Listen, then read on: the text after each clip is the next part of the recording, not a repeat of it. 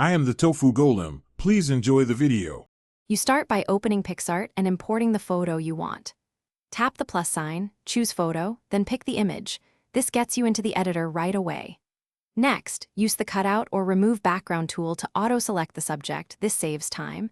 But if the selection is shaky, switch to brush mode and paint in or erase at low opacity.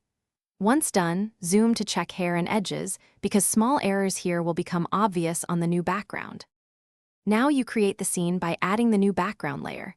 Tap background and choose image or color depending on the look you want. You'll see your subject as a separate layer. Use move and transform to scale and place it proportionally so perspective feels natural.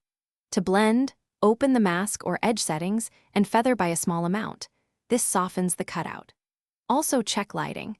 Add a subtle shadow under your subject using draw or shadow to ground them into the new scene.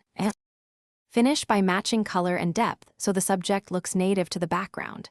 You'll use adjust tools, exposure, temperature, saturation to align tones.